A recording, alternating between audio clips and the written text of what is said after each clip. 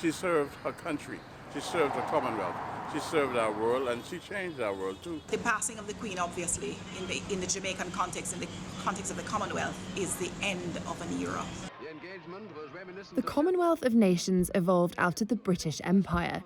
Now it's one of the world's biggest international organisations, made up of 54 countries, covering some 2.5 billion people.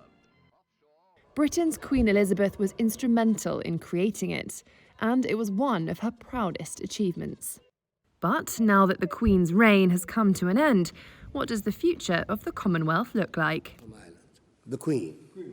Philip Murphy is a professor of British and Commonwealth history at the University of London. I think perhaps the Commonwealth has historically run its course. And what you're really seeing now is the ghost of an organisation. Commonwealth members range from wealthy nations such as Britain, Australia, New Zealand and Canada to populous India, as well as tiny Pacific republics such as Nauru. Supporters see it as a network for fostering international cooperation and trade links, while promoting democracy and development. That's why when Barbados cut its ties with the British monarchy to become a republic in 2021, it was keen to remain part of the Commonwealth. Others say the organisation has become outdated and irrelevant. The Commonwealth talks about the importance of promoting democracy, tackling climate change, tackling gender inequality. But the Commonwealth isn't necessarily a logical framework internationally in which to deal with any of those problems. They don't stop at the borders of a Commonwealth state. Another question the organisation will have to address is who will lead it.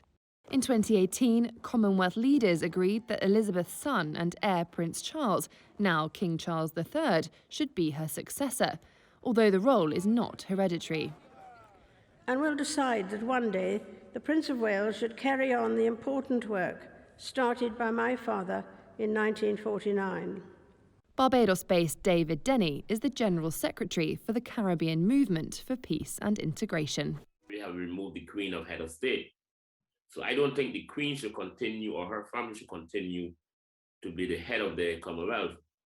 Yes, I believe that there could be some form of linkages, but to remain as head of the Commonwealth, I think is a contradiction. I think the time has come for the Commonwealth nations to meet every year or every 2 years or every 3 years and elect who must be the head of the Commonwealth. That would be the Caribbean Movement Peace and Integration's recommendation.